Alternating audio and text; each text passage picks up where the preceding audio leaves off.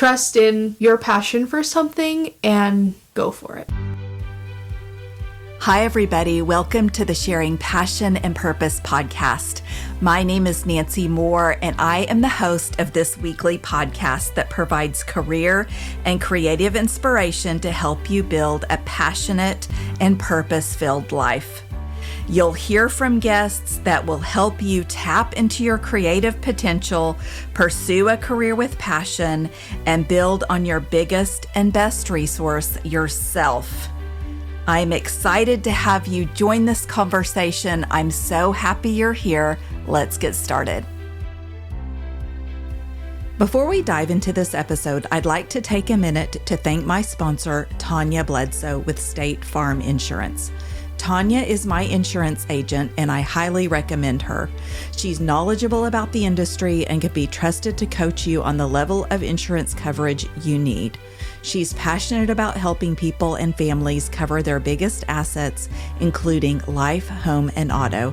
Get a quote from Tanya today. She's located in Tulsa at 3307 South Harvard Avenue, and you can reach her online at calltanya.com. It's CALL-TANIA.com, or call 918-600-2583. Again, 918-600-2583. I have Sydney May with me on the podcast today. I am so happy to meet her in person. We did some emailing back and forth, and now you're here. So I'm glad to have you here. Welcome. Yes, thank you. I'm really excited. Good. So you are a Tulsa girl. You were born in Tulsa? Yes. Okay, and grew up here in Tulsa. And I'd love people to just kind of learn a little bit more about you. So if you'll tell me what it was like growing up in Tulsa. Sure, yeah. Born and raised. I went to Jarman Elementary, Union, through 5th grade. I would walk to school, and then I moved over to Holland Hall in 6th grade, graduated from there. I've got 2 sisters. My middle sister also graduated from Holland Hall, and then my youngest sister is currently a junior at Holland Hall. So that's super fun because that's where I work. So I see her all the time. Oh my gosh, I love that.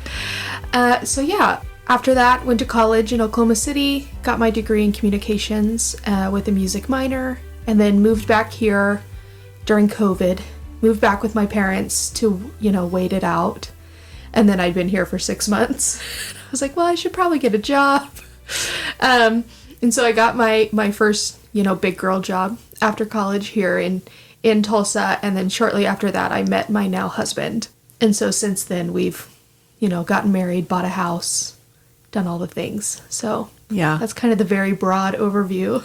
So that's awesome. So you've been in Oklahoma. Yeah. And Tulsa is pushing now for younger people to stay, like we're wanting to retain younger people, and then also have younger people move to Tulsa and call it home.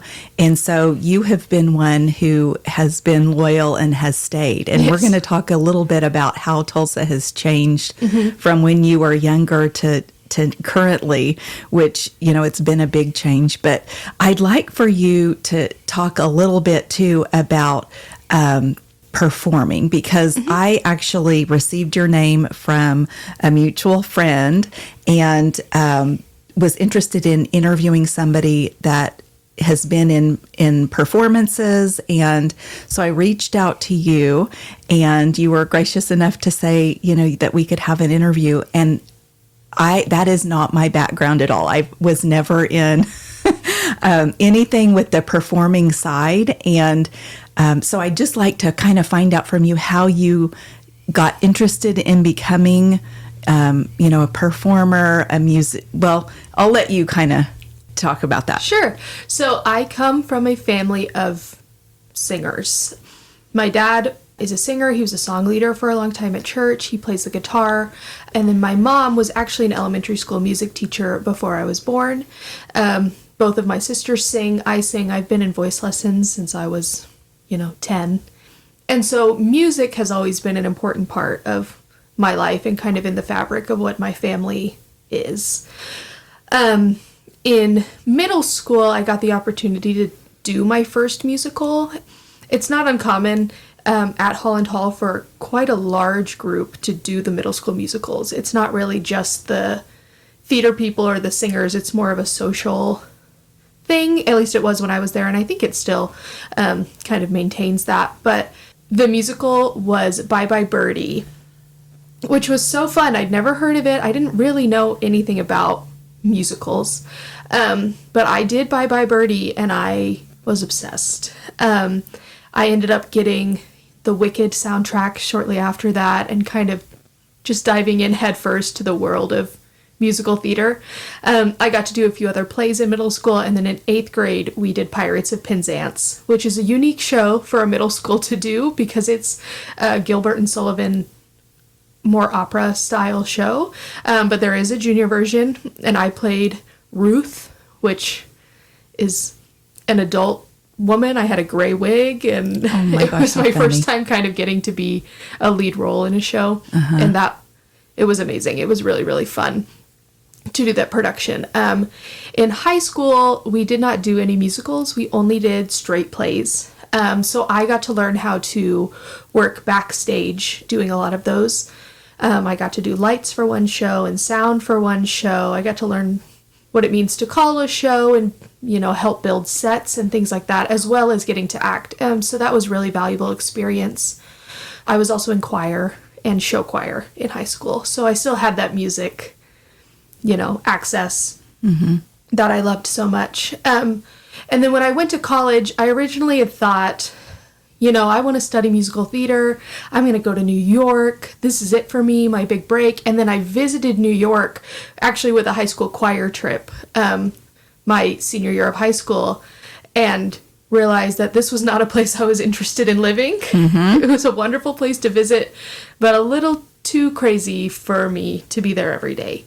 So I kind of had to reassess what I wanted and what I wanted my future to look like. So I ended up going to college in Oklahoma City, studying communications, because I knew if I studied musical theater or something along those lines, I was going to have to put in a lot of time and energy into making that a successful career that you can actually, make money from. And it's especially hard to do that. When I was in school, there was not a lot of access for people in Oklahoma. There's only a handful of paying theaters. You really have to move. You have to go to Denver or San Diego or Chicago or New York, or various other cities. But those are kind of the big ones. So I ended up studying communications because it has a lot of the same skills.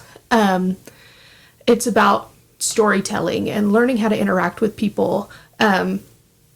But it has a much broader application in the professional world.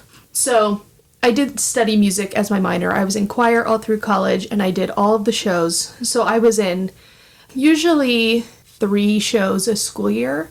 I would do a musical and then a cabaret type show, and then my college has something called Spring Sing, and so I participated in that as well in the spring semester, on top of my 18-hour workload, which was, now that I look back, I don't know how I did that, but I did it. And I just continued to fall in love with theater. That's where I built some of my strongest friendships. All of the girls that were my bridesmaids most of them were from the music department. They're now choir teachers or also still singing and doing things like that in their adult lives. But you just build such wonderful relationships doing shows. You are spending hours and hours with these people, all working towards a common goal. And so those relationships come easily, and have those strong foundations. So then after I graduated and I came back to Tulsa, I just kind of felt like something was missing. I had friends and I had my wonderful family and all of those things, but I didn't have a creative outlet. And so I started looking around for, where can I find something to fill that missing piece? And Theater Tulsa was holding auditions for The Sound of Music. It was their first big main stage show back after COVID. And I thought, I'm just going to go audition. Surely I can, stand in the background and be a nun or something. And so I showed up, and there were so many people at that audition. It was horrifying. Because people love that show, and people really, really missed live theater. And thankfully I was able to get cast in that show. I played a nun in the background, I sang the high notes, and I was happy to be there. And that was kind of my entrance back into the theater world, and my first kind of entrance into community theater. I had done some community theater shows over the summer in college, but they were in Oklahoma City, or with not like a real theater company, but just like someone who's deciding to put on a show sort of things. So that was my introduction to Theater Tulsa, which now I've done, I think, 5 shows with Theater Tulsa. And so they've really been my main theater home for a long time since I've been back in Tulsa. So how do you not have stage fright? Or what do you tell yourself before you go out? Oh, I do. Okay, you do. Okay. I do have stage fright. So I struggle with anxiety. I struggle with, social anxiety, interacting with people a lot on a kind of an interpersonal basis. And I find that it's a lot easier for me to perform oftentimes as someone else. So doing theater kind of gives me the opportunity to step into the shoes of someone who is far more confident than I ever could be, but and to feel what that feels like. And you think, I'm this character, and this character doesn't feel that shame that I'm feeling. So I have to put that away. And also just, I think, a confidence in my skills and my practice, the work that I've put into something. I know that I know how to do what I need to do. But no matter what, my stomach's going to feel sick on opening night. The first time you're actually in front of people. But I find that as soon as I step onto the stage and get into the scene, it goes away. Okay, so there's not any little trick you can share? Sometimes people have breathing techniques, sometimes Sure. I have some different meditation techniques. I do deep breathing, counting up and down while you're breathing. I like to be one of the first people to the theater to get ready. Standard for shows is a call time, usually an hour to 2 hours before the show starts. I like to get there as soon as I can have access to the space so that I can have some alone time in the dressing room before everybody else gets there and just kind of settle in. That way I'm able to take the time to get myself ready, and I don't have to feel frantic about any of that. And I've found that helps a lot too. Just kind of getting in the right mind space. And, also just with all the people around you, every single person experiences some sort of stage fright. I have yet to work with someone who's like, no, I don't feel any fear when I go on stage. Almost every single person is like, yeah, it's live theater. There's always a chance that something's going to go wrong, whether that's within your control or not. And so just being prepared for that, I think, can be helpful, and knowing that it's okay, that people are there to have fun. People are there to watch you and enjoy themselves. No one's really there to say, you flubbed that line, or I noticed that you dropped your prop, and if they are there to say that, then that's on them. Like, you're seeing a musical, have fun. So yeah. Okay. So the musical background really does come naturally to you. I do want to ask, you went through something where you kind of literally lost your voice and made it through that. And so I'd like for you to kind of share a little bit about that, because for something that you love so much, to almost lose that, you fought hard to come back.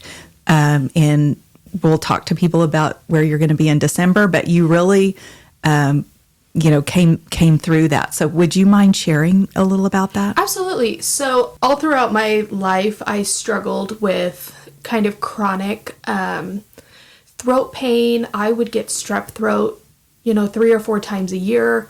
But I just never really had the capacity to take care of it in the way that I needed to. It was always just kind of Band-Aid fixes. And so I was on vocal scholarship in college, and that's when doctors really started to say, like, hey, we really need to do some surgery. your tonsils are getting dangerous, But knowing that I was on vocal scholarship and knowing the risk of a surgery like that, I elected to wait until after graduation.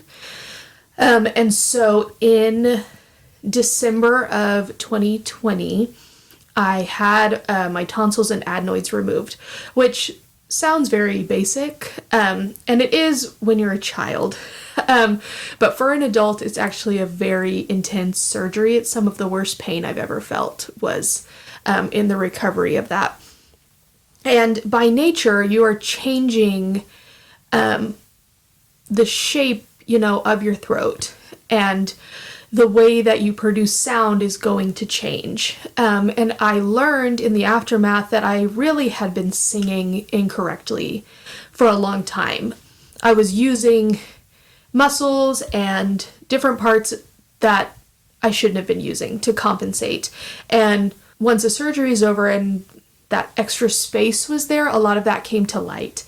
And I fully was unable to sing for probably a full month after the surgery. And then after that, once I would sing for 20 minutes or so, I would lose my voice pretty consistently for almost a full year. And so I started working with a voice teacher who really helped me kind of get to the root of what it was. And working with her helped me kind of refine my voice. And we found that I had spent a lot of time trying to sound like other people. You would listen to a cast recording and then you would be singing that song, and my goal would be to sound exactly like the person on the recording. But that's not necessarily what my natural voice wanted or needed to be. And so it's taken a lot of work finding what my natural voice actually is and how to sing in a healthy way that I can maintain this voice for as long as possible. And I was not in that same headspace before I had to be. And I wish that I was. I wish this was something that I would have thought about when I was 16, and thinking about training. Because I've had some wonderful voice coaches. I studied opera in college, and that's a very technical thing. However, because I was studying just classically, I didn't really pay attention to my musical theater style singing. I just kind of did whatever I wanted to do. And that was the style that was damaging my voice, kind of without knowing. And so through work with her, I was able to find a more steady and supported and healthy way of singing.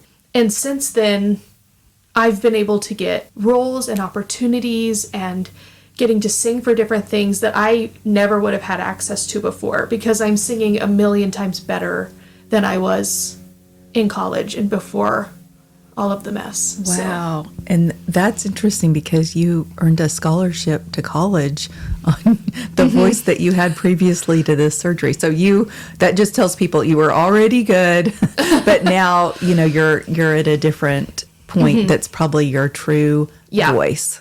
No pun intended. Yes.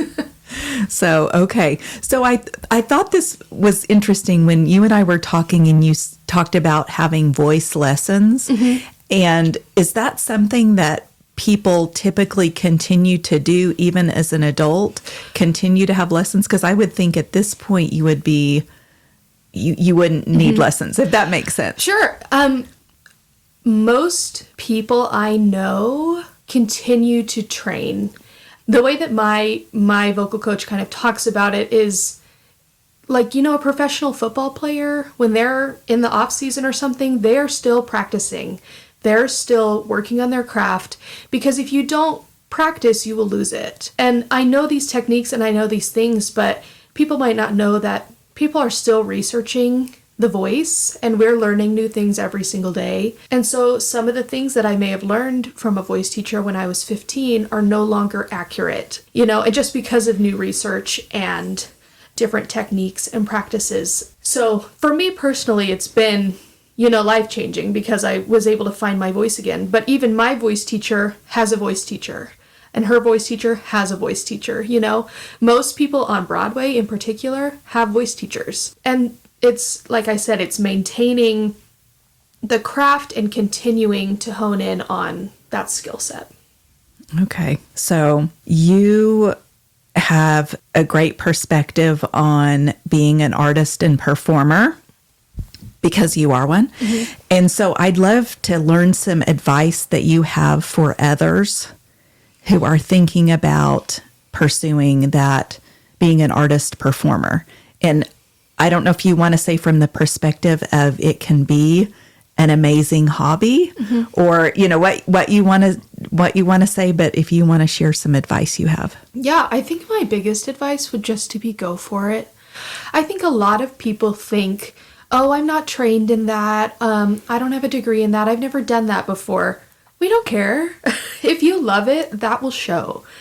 There is a lot of opportunities in the community theater scene for all types of people. The majority of people that I work with on shows have full-time jobs outside of the shows that we do. We just do it because we love it. So it's accessible. There are full-time parents, there are attorneys, there are doctors, you know, like people of all careers do these shows because it's so important to them. And I think it's really just to go for it. Even if you don't necessarily feel comfortable on stage, you can even build up to that by working backstage. They're always needing volunteers for that too, you know, in costumes and props and set building. And those don't really take very many skills either. If you can sew a button, you can help with costumes, you know? So I think that would be my biggest advice, is to don't doubt yourself. Trust in your passion for something and to go for it. Awesome. Okay. Yeah, I love that.